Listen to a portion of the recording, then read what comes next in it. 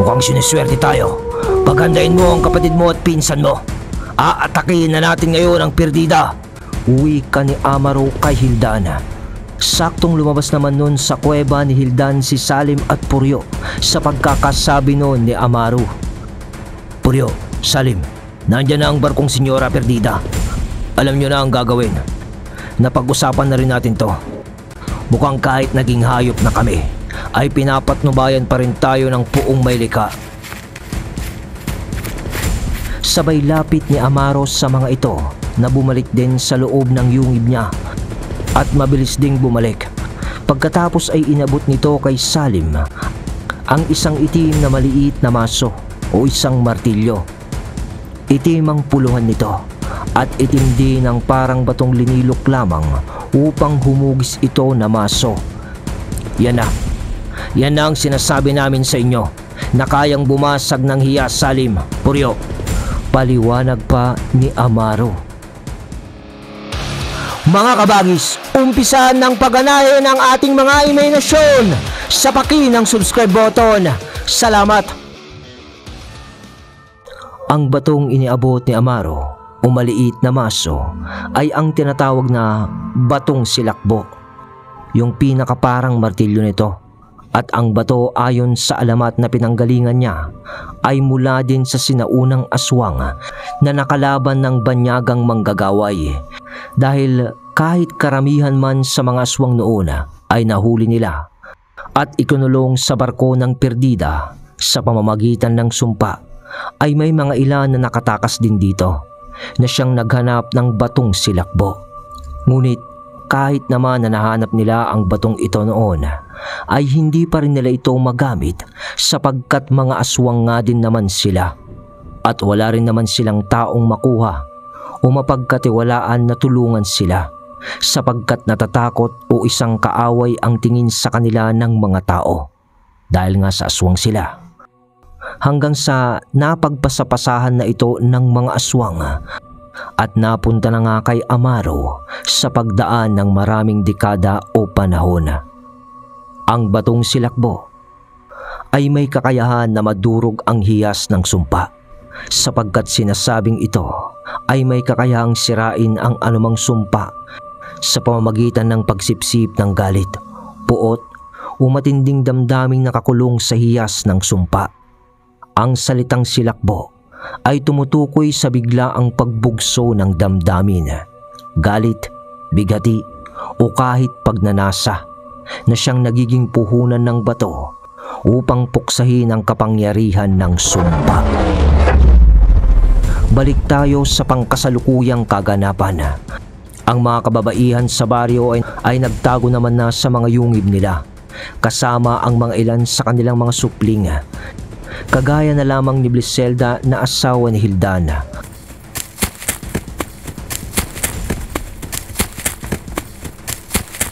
At ang lahat naman ng mga kalalakihan sa komunidad na yon ay isa-isa nang papatakbo papunta sa dalampasigan, kung saan sinabi nga nila na dumaong na ang barkong Nuestra Senyora Perdida. At katatapos din lang nila na pag-usapan ang bagay na yon ng araw na ito. Pero eto na nga, at bigla na lamang nagpakita ang barko at doon ay wala nang sabi-sabi pa. Bigla ang nagsaan yung aswang si Hildan at Amaro. Sa kauna-unahang pagkakataon ay nakita ni Puryo at Salim ang tunay na anyo na pagiging aswang ng kanyang kuya at ng iba pang mga lalang doon. Kuya? Wika pa noon ni Salim sa kanyang kuya na ninerbiyos na dahil dumoble ang laki o lapad ng kanyang katawan, pati ang tangkad nito. Kung susumahin natin, ay para na rin yung halimaw sa paningin ni Hildan at Puryo. Napaupo pa noon si Puryo sa lupa na di alam ang sasabihin kasi ngayon din lang siya nakakita ng ganong uri ng mga nilalang. Nang nilapitan pa siya ni Amaro, si Puryo, habang halos matain na ito sa nerbiyos. Puryo, dapat ka nang masanay na makakita ka ng ganitong mga uri ng nilalang, sapagkat maya-maya lang ay daan. Higit sa daang bilang ang makikita mong katulad namin sa mga oras na nakatungtong na kayo sa barko. Wika niya noon kay Puryo ng pagyuko, na halos nakatutok ang ngusto noon sa pagmumuka ni Puryo habang kinakausap niya ito. Sabay abot ng kamay nitong mabalahibo, dahil parang mga asong kulay itimang balahibo na nakatayo na parang tao sina Hildan at Amaru. Kahit na nanginginig naman noon si Puryo sa pagkahawak ng malalaking kamay ni Amaru, ay tinanggap na lang niya ang mga kamay ni Amaru sa pag-alalay nito sa kanyang pagtayo. Ngunit, ha! Nagulat noon si Puryo nang biglang binuhat siya ni Amaru at inilagay siya sa likod nito na para bang batang ipinasakay na lamang. Kumapit ka ng maigi, Puryo. Halika na, kapatid ko. Hawakan mo ng mahigpit ang martilyo. Isukbit mo na lang ito sa iyong bewang. Wika naman ni Hildan sa kapatid nito. Sabay luhod niya ng isa niyang tuhod ng pagtalikod na para na ring pagpapahiwatig na sumakay na si Salim sa likod nito, kagaya ng ginawa ni Puryo sa likod ni Amaru. Doon ay nawala ang takot ni Salim sa kuya niya at agad itong sumakay sa likod ni Hildan. Tara na! Wika ni Amaru. Kumapit ka ng maigi, Puryo! Dagdag pa niya, sabay halos maiwan noon ang kaluluwa ni Puryo sa sobrang bilis at lakas ni Amaru sa pagtakbo, kasi parang silang naibala sa pana sa pagtakbo ni Amaru. At nang makita yon ni Salim, napahigpit siya ng kapit sa kuya niya. Handa ka na ba, Salim? Kapatid ko, kumapit ka ng maigi. Sa 15 segundo lang ay maaabot na natin ang pangpang. Wika ni Hildan at paghanda nito ng pagtakbo din. Kagaya ni Amaru, parang napakalaking pana ang pinanggalingan ni Hildan sa bilis ng pagtakbo nito. At sa nakasakay naman na kapatid niya, nakikita niya lamang noon na parang lumulusot-lusot na lang sila sa mga pagitan ng kakahuyan.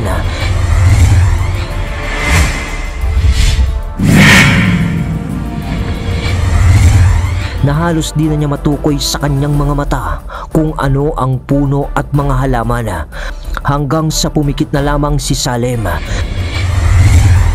Sapagkat sa mga ilang segundo na parang silang bala o palaso sa sobrang bilis ng kuya niya, nahihilo na siya hanggang sa mga ilang segundo lamang ng kanyang pagpikit.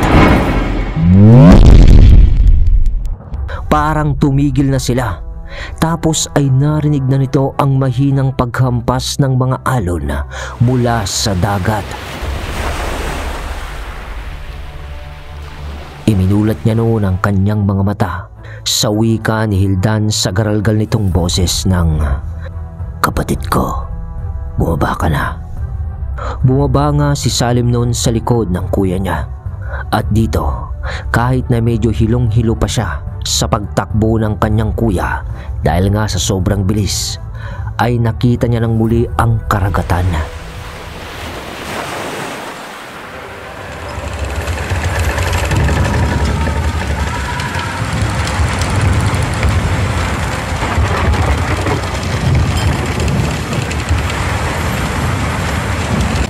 At sa pagdaong ng parang barko ng mga pirata, hindi lubos akalain ni Salim na sa tanang buhay niya ay masasaksiyan niya ang pangyayaring ito.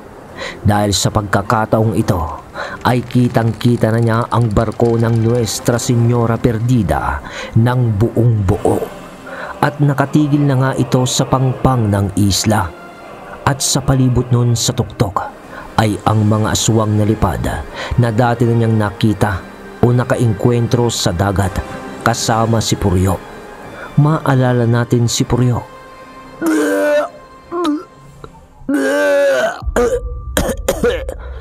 Napalingon noon si Salim malapit sa gilid niya, at dahil nga may narinig siyang sumusuka, Yun pala ay si Puryo, na nahilo sa pagsakay niya sa likod ni Amaro. At nung ikinalat pa ni Salim ang paningin nito sa magkabilaang bahagi ng gubat, ay nakita niya naman ang mga malaasong nilalang na nakatayo sa lilim ng mga puno sa dulo ng kagubatan, bago ang buhanginan ng isla sa dalampasigan. Katulad ng itsura ng kanyang kuya ang mga yon, at nakahilera na pala ang mga aswang sa islang yon, na parang nagmamasid din lang kung ano ang gagawin ng barko sa kanilang isla. Pero alam din ni Salim kung bakit nandoon ang mga yon, dahil nga sa kanilang plano ng kuya niya na basagin ang hiyas ng sumpa ng barkong Senyora Perdida. Nang tumabi si Amaro kay Hildan at nag-usap naman sila ng panandalian sa lilim ng puno, habang nakatingin pa rin sila sa nakadaong na barko. Sa tingin ko, Hildan, alam nilang may mortal dito. Mukhang nung gabing napalaban ang kapatid mo at ang iyong pinsan sa mga lipad na aswang ng Perdida. Nakamarka na sa mga aswang ng barko ang amoy o katauhan ng kapatid mo at ng pinsan mo. Mukhang nandito sila para tapusin ang kanilang misyon na kunin ang kapatid at pinsan mo para mailagay din ang sumpa sa kanila na maging kagaya natin. Paliwanag ni Amaro sa mga pangyayari. Dahil nga alam naman nilang hindi basta-basta dumadaong ang barko ng Perdida sa isla nila kung wala itong misyon na gagawin. Oo, naiintindihan ko na, Amaro. Pero kung may misyon sila, may misyon din tayo. Oo nga. Naisabit mo ba sa kahoy na sinasabi ko sa'yo ang mga damit nilang pinagpalitan nung kapatid mo at ng pinsan mo sa pinakatuktok ng burol? Tanong pa ni Amaro. Oo, tiyak nalilipad na ang mga aswang na yan patungo doon, sagot ni Hildan. Tumango na lang naman nun si Amaro kay Hildan, kasabay ng paalaala niya na kung kanon, oras na lumipad na ang mga aswang na lipad ng barko patungo doon, ay uumpisan na natin ang pag-atake, wika ni Amaro. Tumango lang naman noon si Hildan at sabay tingin sa kanyang kapatid at kay Puryo. Puryo, Salim, tibayan niyo ang loob niyo. Hindi namin kayo pababayaan. Oras na nakasampa na tayo sa barko. Paalaala ni Hildan sa dalawa. Tumango naman noon si Salim at Puryo na determinado ring tumulong. At ang mga aswang na mga kasama nila sa baryo sa isla na nakahilera na ay nagkatangu-tanguan din na parang nagkakaintindihan na sila sa kanilang gagawin. Para bang nag-uusap lang ang mga ito sa mga mata, kasama si Hildan at Amaro. At nang maya-maya nga,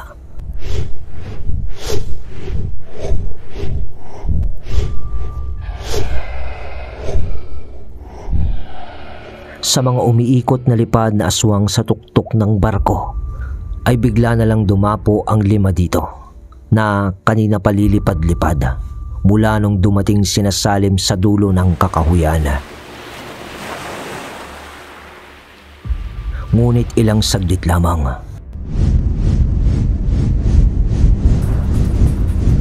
ay sunod-sunod na muling pag-angat ng mga ito sa ere. Sa halos nasa 10 bilang na, biglang napayukuno ng mga aswang sa gilid naman ng kakahuyan sa mga silong o tabi ng mga puno na para bang nagtatago. Ganon din sina Hildan at Amaro, pati ang dalawa ay nakisama na rin sa pagtatago sa malalaking puno. Katabi pa rin ni Amaro si Puryo at katabi naman ni Hildan ang kapatid nito. At sa mga lipad na aswang na halos sabay-sabay na pumailan lang sa ere, ay tama nga ang sinabi ni Hildan at Amaro. Nilagpasan sila ng mga yon sa bungad ng kagubatan.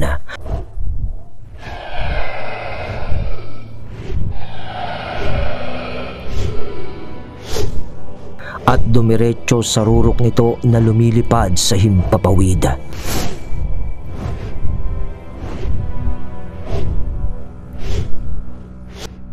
Naririnig noon ni Salim at Puryo ang malalakas na pagaspas ng mga aswang na ito.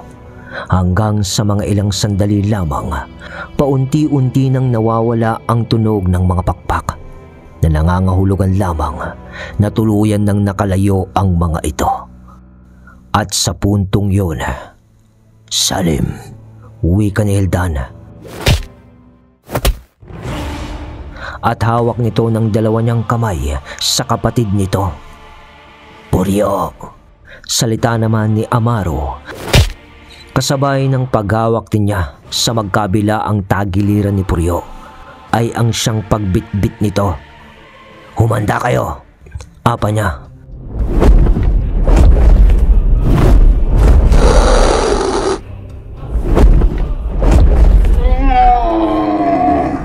Biglang nagsitubuan ng malaking pakpak ang mga aswang ng isla na parang pakpak ng paniki. Kasabay ng biglang paglipad ni Hildana, bit-bit si Salim mula sa dulo ng kakahuyan na parang naibala na naman sa pana. Ganon din si Amaro at Puryo.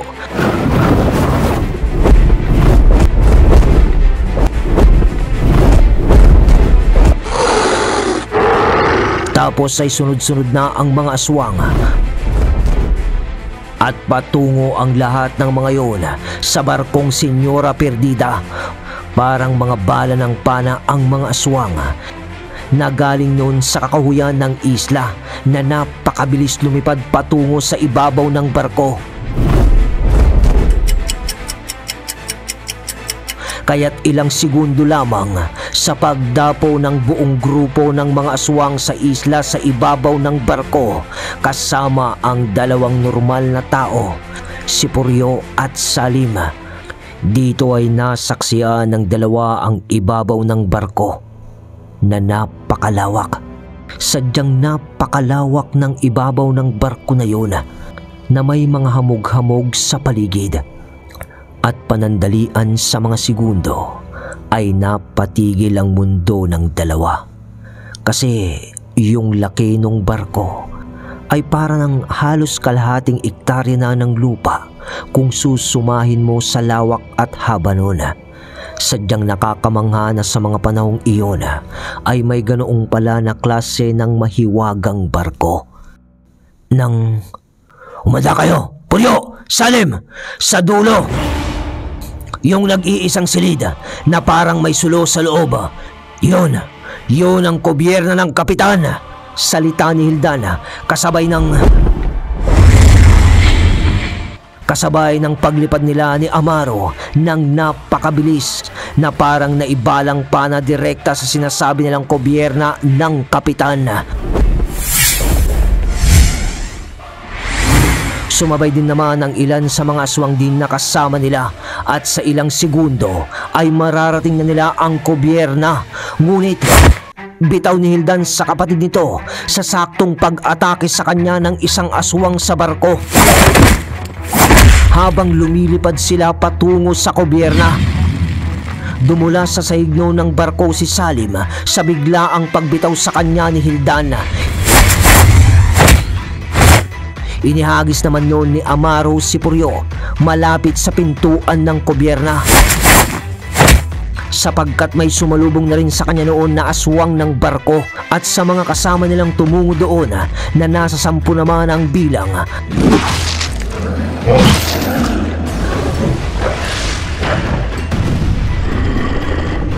Ay nakipagbakbakan na ang mga ito sa paglingon ni Salim sa mga yon. Sakal na noon ni Hildan ang isang aswang na umatake. Nakaharap niya at sigaw niya ng, Salim! Salim! Kumilos na kayo, Puryo! Konting oras lang ang mayroon tayo! Babalik na ang mga lipad na aswang ng barko! Nang marinig yun ni Salim mula sa kuya niya, gumana naman ang determinasyon nito. Sabay bunot niya ng martilyo na bigay sa kanya ni Amaro at sigaw niya ng, Puryo! Hagis niya ng martilyo ng papadulas sa sahig papunta kay Puryo dahil si Puryo na nga ang malapit sa pintuan ng kubyerta. Nang nagawa yun ni Salim ay bumangon na rin ito sa pagkakahiga niya na naipadulas nga sa sahig. Doon ay pinulot naman agad ni Puryo ang martilyong batong silakbo at tayo na nito patungo sa pintuan ng kubyerta. Nang ilang hakbang na lang, patakbo din naman noon si Salim upang sumunod kay Puryo sa pagpasok nito sa kubyerta. Ngunit may biglang lumitaw na aswang naman mula sa bumungan ng kubyerta at nakaamba na ito nakagatin si Puryo. Pero sapak naman ni Amaro sa lalang na yun at nanalsik at sinundan niya agad ito sa pagtilapon. Eto namang si Puryo ay napatunganga pa sa nangyayari. Pero, "Puryo! Pasukin mo na!" sigaw ni Salim sa likod nito na tumatakbo sunod sa kanya. Binuksan nga yun ni Puryo, ngunit sa pagbagal ng ating mga imahinasyon, liwanag ang bumungad kay Puryo.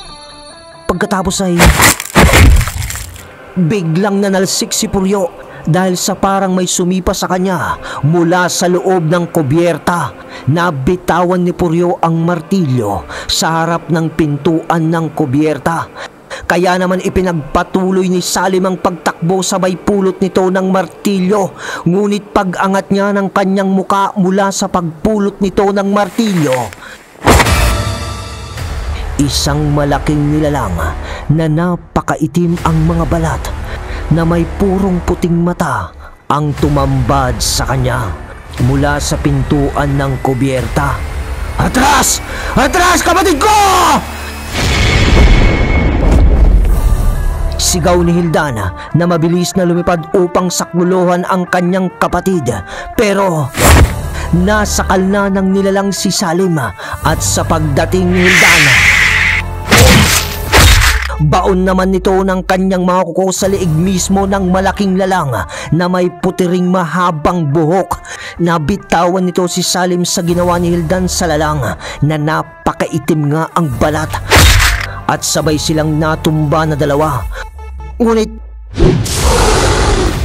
nanalsik ulit si Hildana sa paghagis sa kanya ng lalang na parang wala lang sa kanya ang pagbaon ni Hildan ng mga kuko nito sa kanyang lalamunan. Samantala ay nanghihina naman nun si Puryo dahil sa pagtilapon nito sa atake sa kanya ng itim na nilalang. Nang makita yun ni Amaro ay prinotektahan naman niya si Puryo, ngunit nasa lima naman ang bilang noon ang aatake kay Puryo upang siya ay kagatin.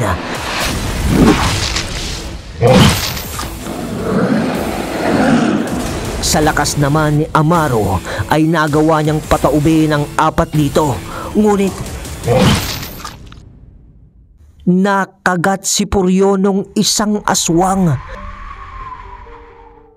Sa mga sandaling yun, bumangon naman si Hildana upang sakluluhan ulit ang kanyang kapatid dahil sa nakabangon na ang malaking matipunong lalang na bantay ng kubyerta. At akma nitong dadakmain na naman si Salim sa pagbangon nito na hawak-hawak ang martilyo.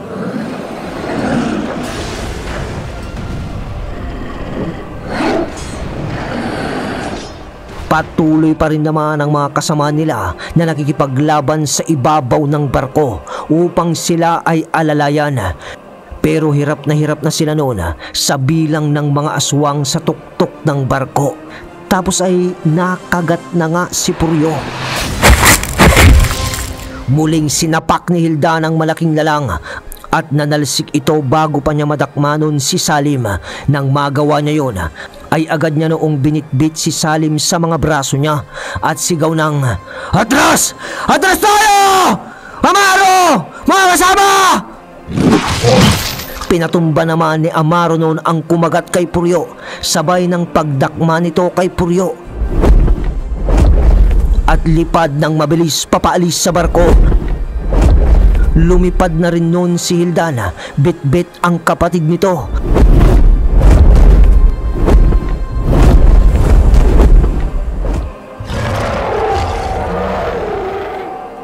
At doon ay sunod-sunod nang lumipad pababa ng barko ang mga aswang din na kasama nila. Umatras sila dahil sa nakita nilang tagilid na sila sa laban. At kasabay nga ng kanilang pagtigil na subukin na basagin ang sumpang hiyas ng barko,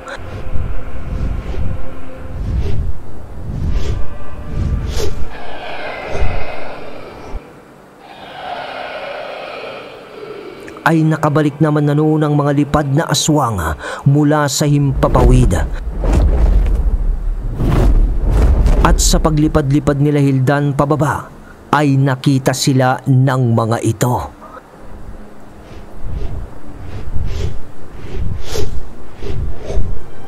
Nakita pa noon ni Salim habang bitbit siya ng kanyang kuya sa mga braso nito.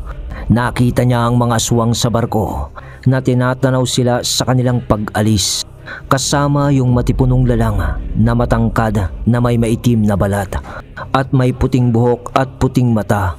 Pero hindi naman kumikilos ang mga yun na bumababa sa barko para sundan sila.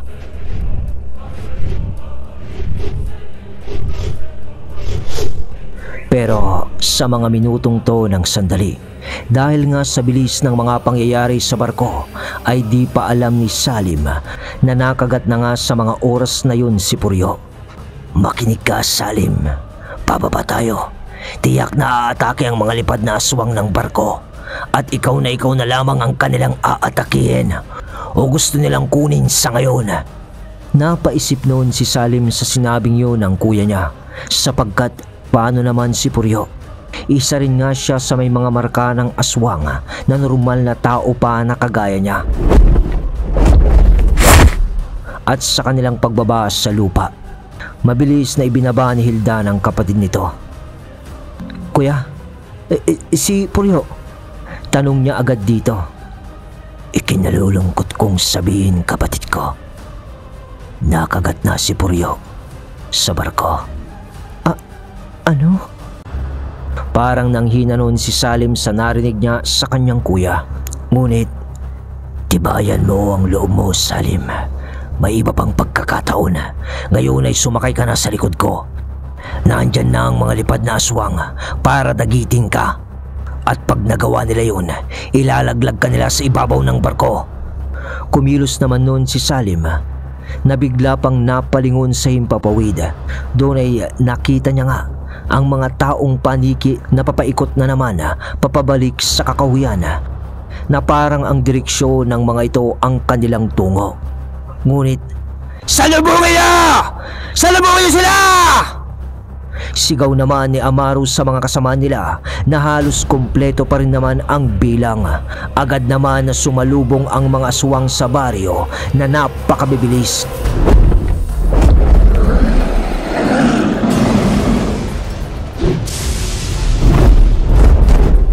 At doon ay nakipagbunuan sila sa mga lipad na aswang ng barko. At dito ay napahapyaw pa na nakita ni Salim ang bakbakan sa himpapawid ng mga aswang ng isla at aswang ng barko.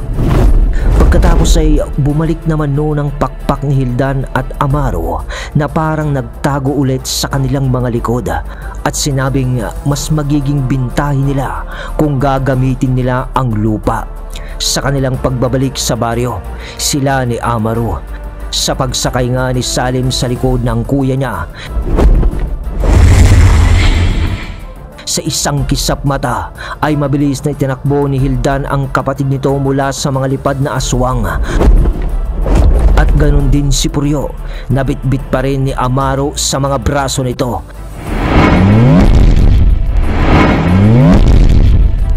Halos sabay nilang naiuwi ang dalawa sa gitna ng kagubatan ng isla.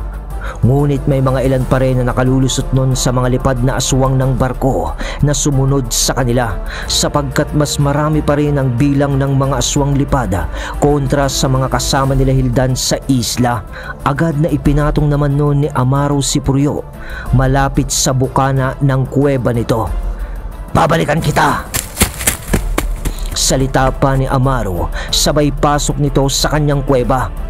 At pagbalik nito ay may hawak na siyang parang kawayan o patpat na dalawa na may butas sa gitna. At doon ay ibinaba naman na noon ni Hildan ang kapatid nito sa harap ng kuweba. Tapos ay, "Pumasok ka na! Pumasok ka na! Dalhin mo ang martilyo sa loob!" Wala naman na nung salisalita pa mula kay Salim ay pumasok na nga ito sa kuweba ng kuya nito. Pagpasok naman noon ni Salim ay umakyat naman na noon si Amaro sa isang malaking puno na nasaan yung tao na nga. Samantalang si Hildan ay muling inilabas ang kanyang mga pakpak at lipad nito. Ngunit mabagal pa lang dahil dumaan pa ito sa tuktok ng puno kung saan nakapwesto na noon si Amaro. Inabot ni Amaro ang isa niyang hawak na patpat na may butas sa gitna ng mabilisan kay Hildan. Ngunit sa ginawa ng dalawa ay nandyan na naman ang mga aswang na lipad na iilan na nakalusot sa kanilang mga kasama mula sa dalampasigan. Ngunit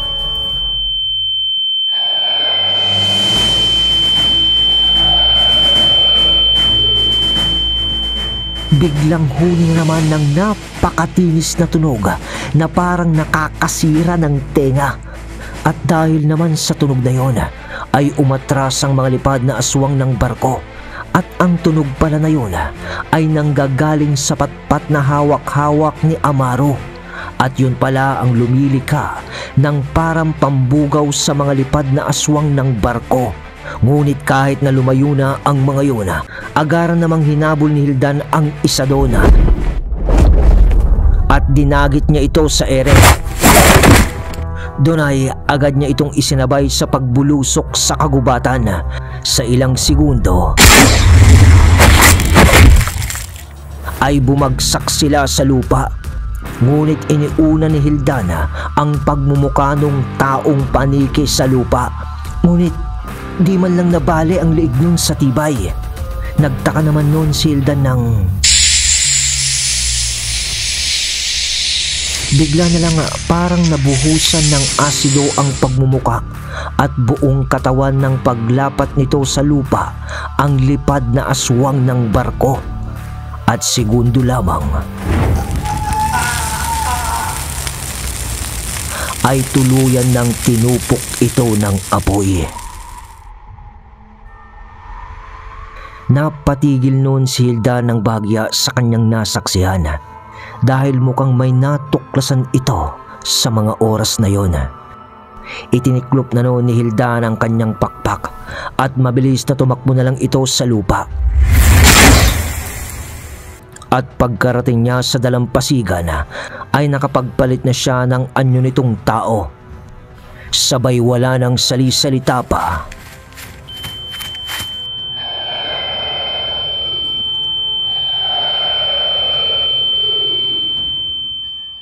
inihipan din ni Hildan ang patpat na hawak nito na bigay ni Amaro. At doon ay mabilisang bumitaw at bumalik sa barko ang mga lipad na aswang na kalaban ng mga aswang ng isla.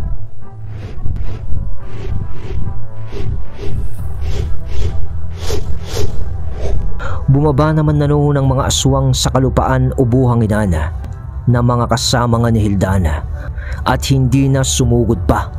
At sa mga ilang sandali pa sa pagbabalik ng mga lipad na aswang sa barko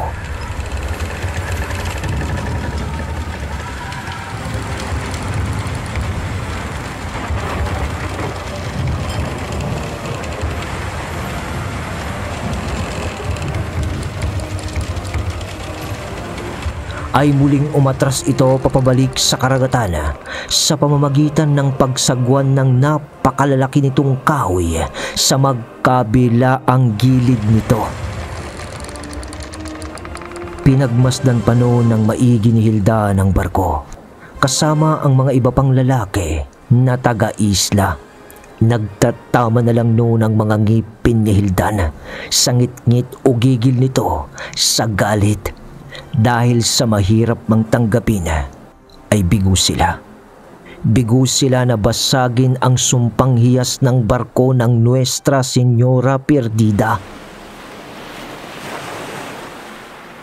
Sa mga ilang sandali pa ay nawala na rin ang barko sa karimlan ng dilim ng karagatan.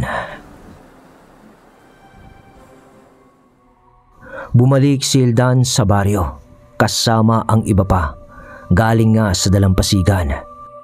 Nag-aapura pa sila noon sapagkat nag-aalala na rin si Hildan sa pinsan nitong si Puryo na nakagat nga.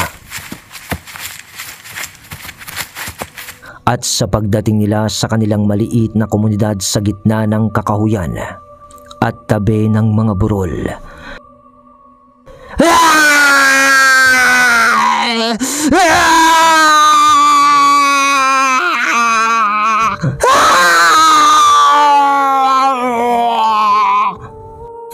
hiyaw ni Puryo. Nang nakita yun ni Hildan, ay nilapitan niya ito agad-agad.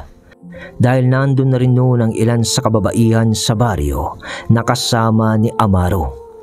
Itinali na noon ni Amaro sa papag si Puryo sapagkat naging aswang na nga ito at nagwawala na. At nandun na rin noon si Salim ng mga oras na yun na pinapanood ang nangyayari sa pinsan nito. Lumuluha noon si Salim sa nakikita niyang parang paghihirap ni Puryo. Lumapit naman noon ang kuya niya sa kanya at sinabing, Huwag mong sisihin ang sarili mo. Pero, kuya, ako ang unang nag-question na ito eh. Uwi ka niya na naiiyak dahil sa mukhang sinisisi niya nga ang kanyang sarili dahil nga sa bigo na nga sila sa kanilang misyon ay naging aswang pa si Puryo.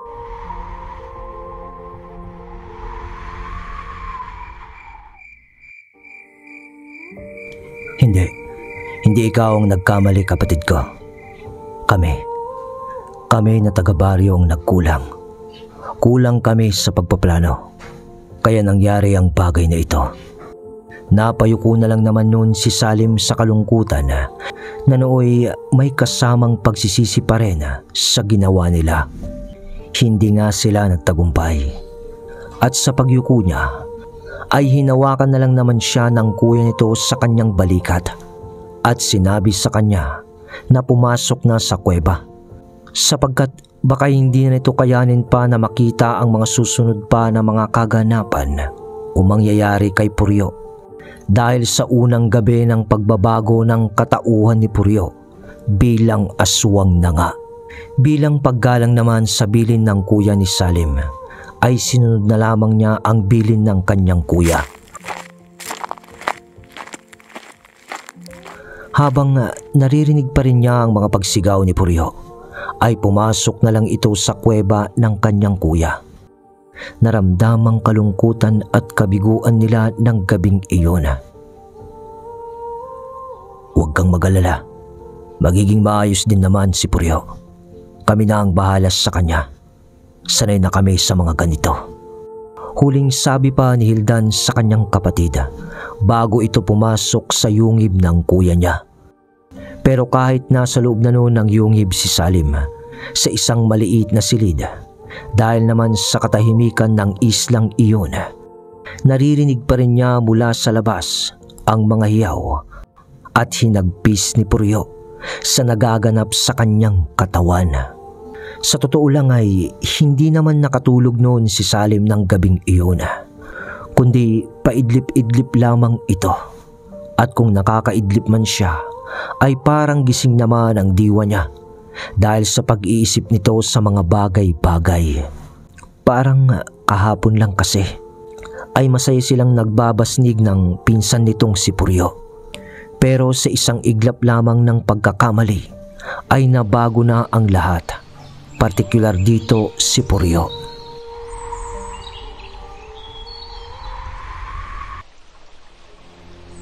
Kinaumagahan ay parang lutang pa rin si Salim sa mga nangyari sapagkat nalulumbay pa rin ito.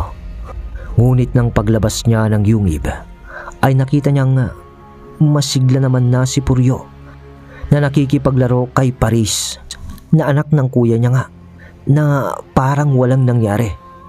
"Oh, kuya! Kuya Salim! Dito! Kalaruin natin tong pamangkin mo!" Tawag pa nito sa kanya. Puryo? Nakangiti na subalit ni Salim kay Puryo. At nag-aapurang lumapit ito kay Puryo at sa pamangkin nito. "Paris! Magandang umaga po, tito!" Bati ng bata sa pagsambit ni Salim sa pangalan niya at hawak pa sa ulo nito. Nang bigla namang, "Paris!" Narinig naman nila ang boses ni Hildan at napalingon sila. Nakangiti naman noon si Hildan na naglalakad papunta sa kinatatayuan nila. Kasama pa si Amaro. "Paris, tawag ka ng nanay mo. Tsaka ka na makipaglaro sa mga tito mo. Sige na." "Ay, sige ho, mga tito. Mamaya na lang tayo maglaro." Wika ni Paris na masunurin. "Sige, mamaya na ha." Tugon naman ni Salim. Sabay baling niya ng tingin kay Puryo. "Ano, insan? Kumusta?" Salita niya na may pahawak-hawak pa sa mga balikat at mga braso ni Puryo na para bang kinakapa kung ayos lang talaga ito. "Ayos lang ako. Ikaw naman, kuya. Masyado kong nag-aalala." Tugon ni Puryo. Sa kanila namang maiksing pag-uusap ay nakalapit naman na si Hildan at Amaro. "Salim, Puryo, mabuti nandito na kayo. May pag-uusapan tayo. Tara." Sabi ni Amaro sa mga ito ng seryoso. At pati ang dalawa ay napaseryoso na rin. "Doon tayo." Dagdag pa ni Amaro. Nang masabi yun ni Amaro, lumakad na ito sa direksyon kung saan niya sinasabi.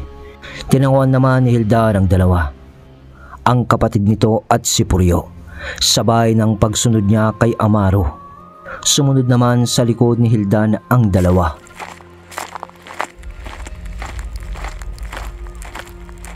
Naglakad na nga ang apat sa kanilang pupuntahang bahagi ng isla.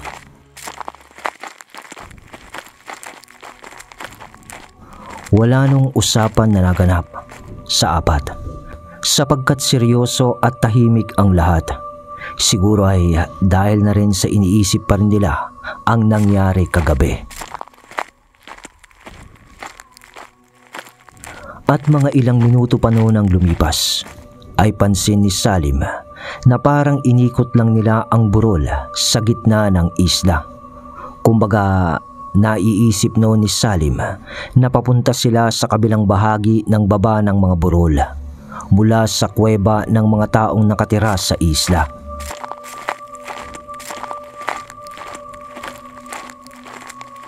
At sa mahigit nga na 20 minuto nilang paglalakad, ay narating na nila ang paanan ng mga burol o bulubundukin ng lugar ng isla.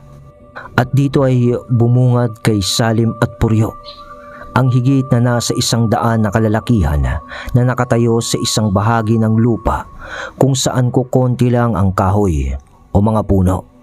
Kumbaga kalbo ang lugar na yun na paanan ng burol.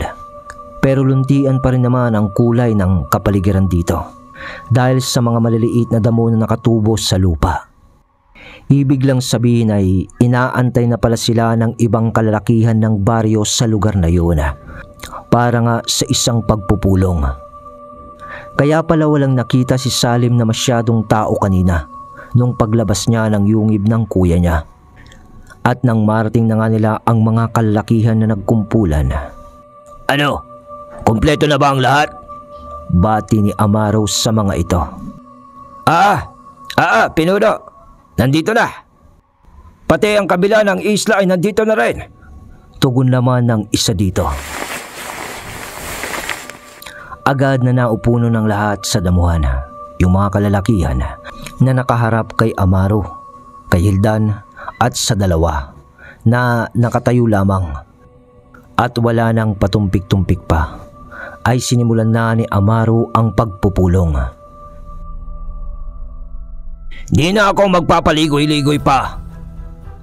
Lahat tayo dito ay mga kalalakihan na direkta kong mag-usap. Nabigo tayo.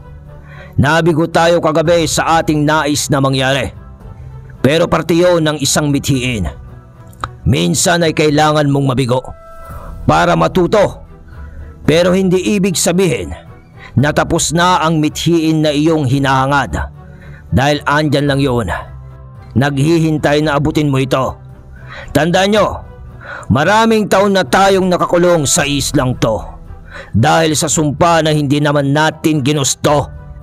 At aminin naman natin na sa mga panahon na yon ay nawalan na rin tayo ng pag-asa na makabalik sa ating mga pamilya, sa ating bayang kinalakhan. Ngunit, sino ba ang mag-aakala na kahapon lang sa pagdating ng dalawang normal na tao ay nagkaroon ulit tayo ng pag-asa na sa kahit maliit na porsyento lang ay sana ay maging normal na tayong muli, upang kahit sa sataman lang ng buhay natin ay masilayan man lang natin ang mga mahal natin sa buhay bago tayo mapukaw sa mundong ibabaw na to, sa tunay na lupain na ating pinanggalingan, na ang namamagitan lamang ay malawak na karagatan mula sa islang to. Sinasabi ko ito sa inyo mga kasama, hindi upang kaawaan nyo ang inyong mga sarili, kundi dapat nyong aminin na bawat isa sa inyo ay sabik na sabik nang makita ang mga naiwan nyong mga mahal sa buhay sa kabila ng karagatang natatanaw nyo. Katahimikan ang bumalot sa pagpupulong sa mga katagang mainspirasyon na binitawan ni Amaro sa mga kasama niya. At mababanaag mo pa sa mga mata ng mga kalalakihan ang kanilang masidhing pagnanasa na makabalik nga sa kanilang mga pamilya na kanilang naiwan. Isama mo na dito si Hildan. Makinig kayo! Ang dalawang binatang to na nasa ating harapan ay handang isakripisyo ang kanilang pagiging normal na tao para lang sa ating lahat, upang makabalik sa ating lupang sinilangan. At nakita nyo naman na yun kagabi, na walang bahid na pag-aalinlangan na sumampa sila sa ibabaw ng barko. Kailangan nyo pa ba ng ebidensya? Alam nyong naging aswang na ang isa dito, si Puryo, sabi ni Amaro sabay, halika dito Puryo. Tawag niya kay Puryo sa tabi nito habang nagtatalumpati sa mga kasama niya. Lumapit naman nun si Puryo na hindi umiimik. Sabay akbay sa kanya ni Amaro nung nakatabi niya na ito. Tingnan nyo! Tingnan nyo! Tingnan nyo siya ng maigi! Naging aswang ang binatang to para lang sa atin.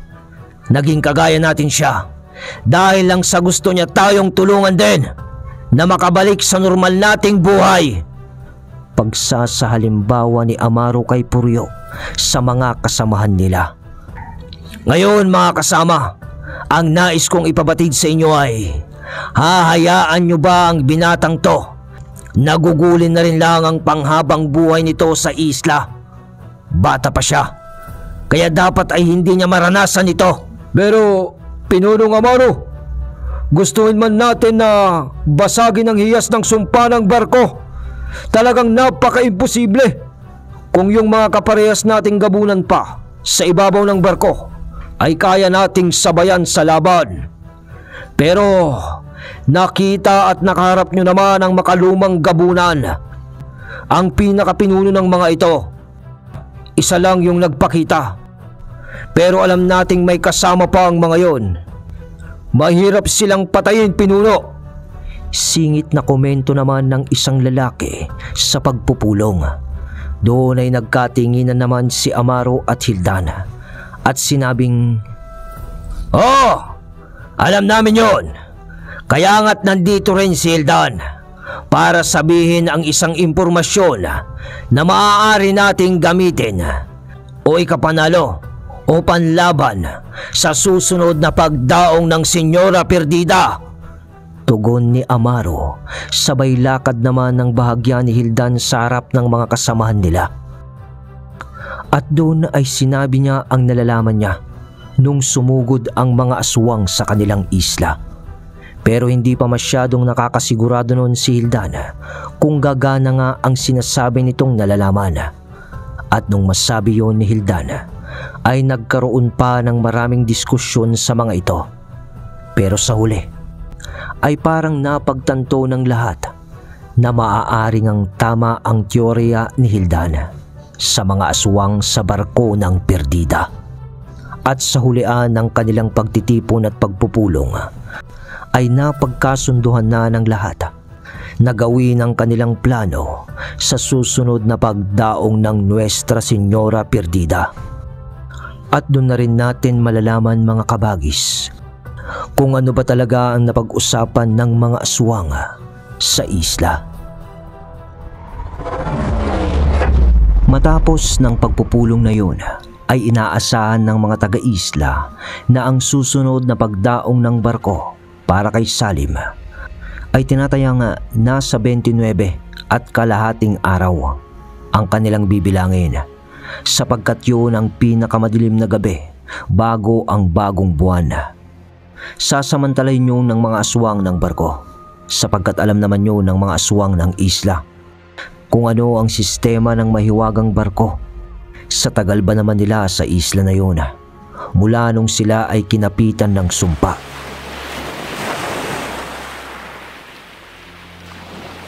Kaya't kulang-kulang na isang buwan ang araw na maaari nilang paghandaan ang barko ng Perdida. Maraming paghahanda noon ang ginawa nila. Partikular dito ang sinasabi ni Hildana na natuklasan sa mga ito. Dahil alam nilang immortal ang mga aswang ng barko. Dahil nga sa sumpang nakapataw dito. Ngunit sa mga nakukuha naman nila sa karagatan na mga mambabasnig na tao, di ba nga kapag nakagat nila ito ay nagiging aswang na rin.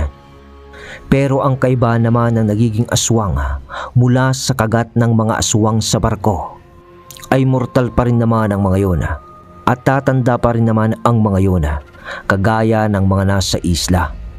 Ayon kay Hildana ay mas malakas naman ang mga nanggaling sa pagiging tao na nakagat ng mga nasa barko. Puwera na lang sa mga makalumang gabunan ng barko. Yun ay yung mga may puting buhok at puting mata na may matipunong pangangatawan at maitim na kulay ng balat. Hindi naman may paliwanag ni Hildan o ni Amaru kung bakit mas malakas sila sa mga pangkaraniwang gabunan ng barko. Pero sa kanilang konklusyon, siguro ay parte na lang yun ng sumpa na maging katapat sila ng mga gabunan sa barko o maging kalaban. Kaya nga't sa paglipas ng araw,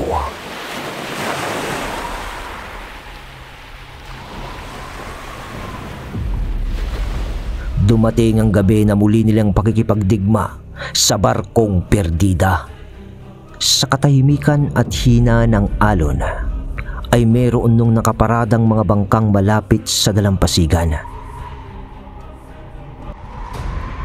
Sa katahimikan naman ng kakahuyan. Pero sa dulo ng kakahuyan na ito, bago ang buhanginan ng dalampasigan, ay di mo mapapansin ang mga maraming bilang ng mga gabunang aswang na kayang lumipad na nag-aabang sa pagdating ng barko. Samantalang si Salim naman noon ay nakaupo sa buhanginan malapit sa dalampasigan na nag-iisa lamang na parang nagmumuni-muni. Kung hindi nyo kasi na itatanong, ay ilang gabi na rin nilang itong ginagawa para lamang hindi nila mapalagpas ang barko ng Perdida sa pagdaong nito na hindi sila nakahanda, hanggang sa umabot na nga sila sa gabing ito sa pagpuspos nila ng paghihintay sa barko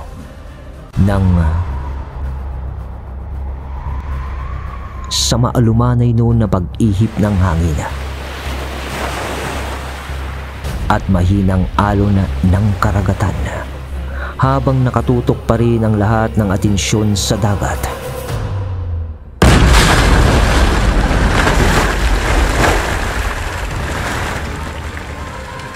Biglang parang pagsabog ng dagat dahil ito sa bigla ang lumitaw muli ang Nuestra Señora Perdida. Sunod noon ang paglilipanan ng mga lipad na aswang sa tapat nito na animoy sumusunod lamang sa barko ng Perdida. Napatayo naman noon si Salem mula sa kinauupuan niyang buhanginan.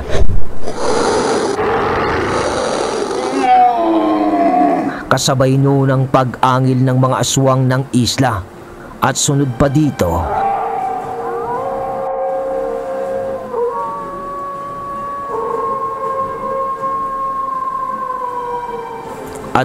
dito ang pag-alulong ng ilan sa mga yun tungo sa karagatan na parang handang-handa na sa magaganap na muling paghaharap.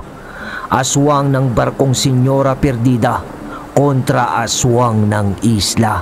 At ng mga ilang sandali nga lang,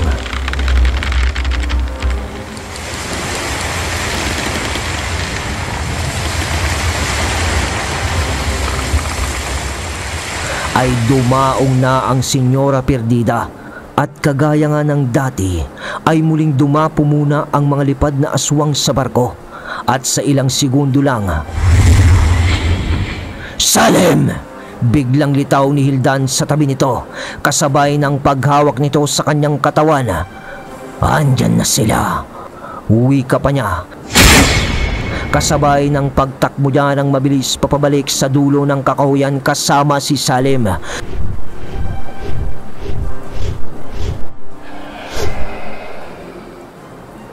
Sunod-sunod naman na noon na muling lumitaw sa barko ang mga lipad na aswang at buwelo nila ng paghahanap kay Salem na namumukod tanging tao na lamang sa isla na yon. Pero sa pagbalik nga nila Hildan sa kakahuyan, lumakad naman noon ang ilan sa bilang ng mga nakahilerang kasamahan nila papalabas ng kakahuyan at lumapit sa mga nakaparadang bangka sa dalampasigan at biglang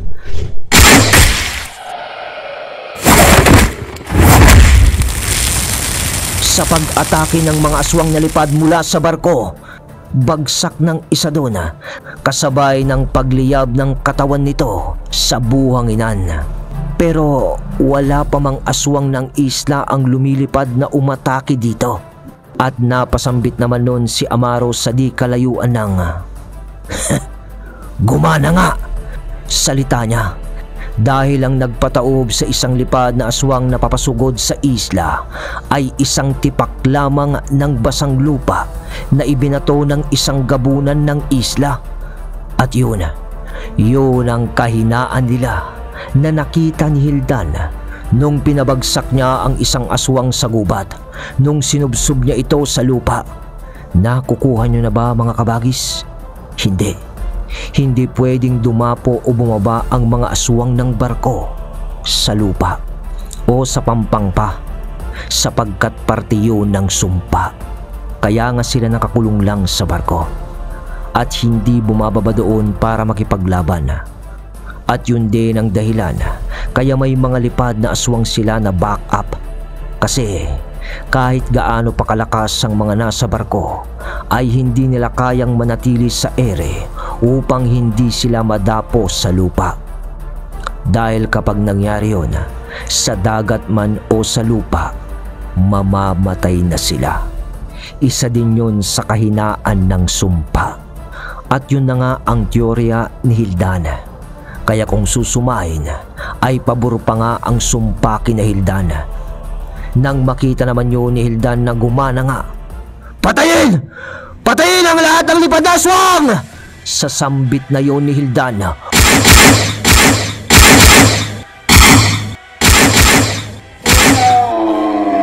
umulan ng pagbato ng mga tipak na lupa ang gilid ng karagatan ng isla. Pagbato ng lupa ang ginawa nila. Hanggat may lumalabas na mga lipad na aswang nun sa barko, ay kanila yung binabato sa ere ng lupa. At sa pagdikit ng mga lupang basa sa katawan ng mga ito, ay agad na nalalaglag ang mga lipad na aswang. Di na sila nun gumagamit pa ng pitong pambugaw nila, sapagkat plano na nilang tapusin ang kasaysayan ng mahiwagang barko ng mga aswang ng gabing iyon. Patuloy noon ang pag-ulan at pagbato ng mga basang lupa na dinadakot lang ng mga aswang sa mga nakaparadang bangka sa gilid ng dalampasigan. Yun pala ang karga noon.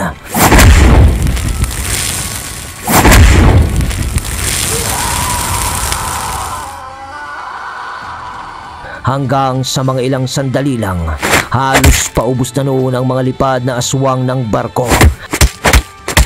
Kaya naman, nagsaaswang na noon si Puryo sa tabi ni Hildan at Salim. Sa pagkakataong ito, hindi na tayo mabibigo, Kuya Salim. Wika ni Puryo sa garalgal nitong boses. Sabay tango naman noon ng magkapatid. Atake! Sigaw naman ni Amaru.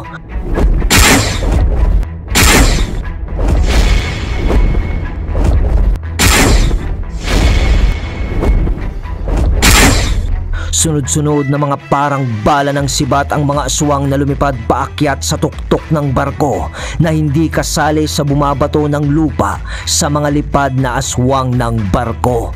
At sa mga ilang sandali lamang, digmaan na sa ibabaw ng barko. Baon ni Puryo sa mga kuko nito sa isang aswang na sumalubong sa kanya sa kanyang pagdapo sa barkong perdida. Hawak pa rin naman noon ni Hildan ang kapatid nito at direktang inilipad papunta sa pintuan ng kubyerta ng kapitan. Nakasuporta naman sa tabi nila noon si Amaru at ang 5 pang mga kasamaan nito. Pagkatumba naman ng nakalaban ni Puryo, agad din itong tumakbo sa ibabaw ng barko upang sundan at suportahan ang 2 pinsan nito. Nang maya-maya pa, lumipad naman na ang mga bumabato kanina ng lupa mula sa bangka sa harapan ng perdida. Yun nga lang ay bitbit ng 4 na aswang ang bawat isa sa mga barko na may laman na lupa. Sabay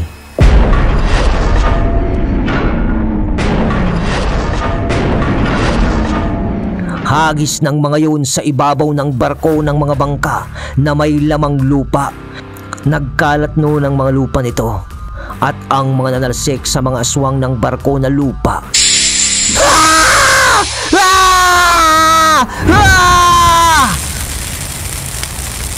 ay nasunog na lamang. Kaya nga't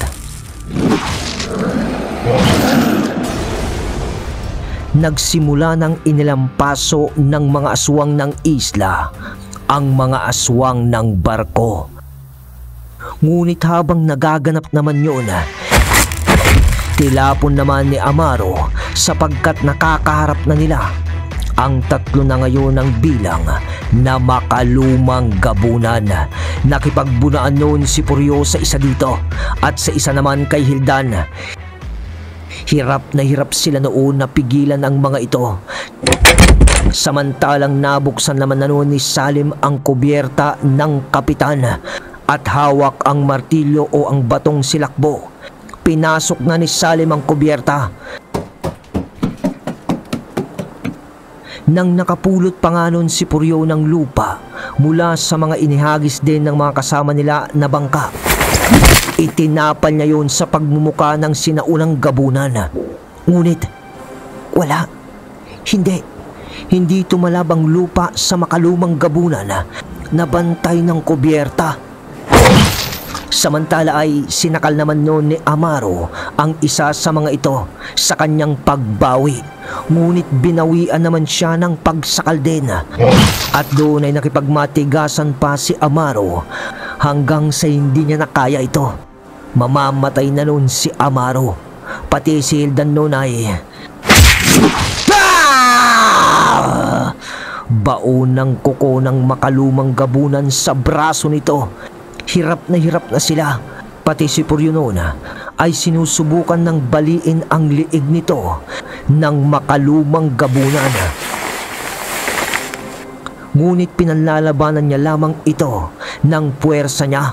Sabay binaunan pa niya ng mga kuko niya ang makalumang gabunan sa tagiliran nito. pero hindi man lang natinag yon sa pagkakaupo nito na nakasakay sa kanya. "Salim! Salim!" sigaw ni Puryo.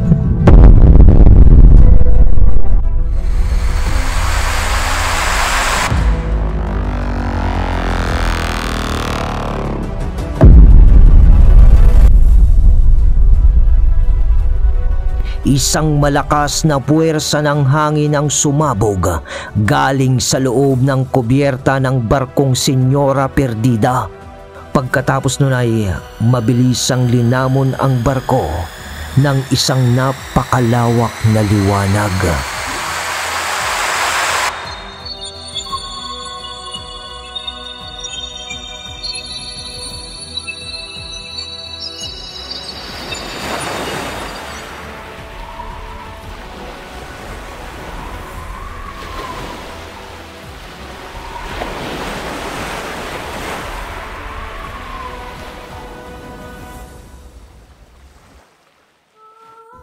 Alon. Mahinang alon ang dumadampinon sa dalampasigan kung saan naganap ang digmaan sa barko. Nang ang mga kababaihan ng isla ay lumabas mula sa kakahuyan. Dahil yun sa nakita nila ang mga lalaki sa kanilang isla na lahat ng mga ito ay nakahilera na nakahiga malapit sa pangpang, na inaabot-abot pa ang mga paa nito ng mahinang alon. Nang parang nakita nila ang isang binatang lumalangoy na parang hinahatak ang iba pang kalalakihan na malapit din lang sa pampang ng tubig alat. Nanlaki ang mga mata noon ng mga babae dahil sa pagtataka. Dahil sa buhay pa ang mga lalaki. Inadampi na sila sa alat ng tubig dagat. Hindi pwede sa kanila yun dahil nga sa sumpa, dahil mamamatay sila pag nangyari yun. Yun nga ay kung aswang pa sila. Nang isa-isa nang nagkamalay ang lahat. "Salim! Salim! Salim! Salim! Salim! Salim!" sigaw ng mga ito kay Salim habang galing pa ito sa tubig na kinukuha ang katawan ng isa pang lalaki. At buhay din iyon. "Salim! Kapatid ko! Kapatid ko! Nagtagumpay tayo! Tingnan mo! Tingnan mo! Buhay kami! Buhay kami sa dagat!" sigaw ng kuya ni Salim nang makita siya nito sa tuwa. Pati nga ang iba ay nakisena rin sa gilid ng dagat. Pati si Amaro at Puryo. Dahil sa napagtanto ng lahat na napatid na ang sumpa ng mga aswang sa barko ng Nuestra Senyora Perdida. Napukaw ang barko, ani Salim, sa pagkukwento niya sa kuya niya. Nung matapos nitong gamitin ang batong silakbo, at pati nga yung batong silakbo ay nagunaw nung nabasag na niya nga ang hiyas ng sumpa ayon sa kanya. Lahat ng tao noon na nakakulong sa isla ng mahabang panahon, na karamihan nga sa mga ito ay mambabasnig, ay nakauwi na nga sa kani-kanilang pamilya sa pagpatid ni Salim ng sumpa ng barkong Nuestra Senyora Perdida na isa lamang mangbabasnig.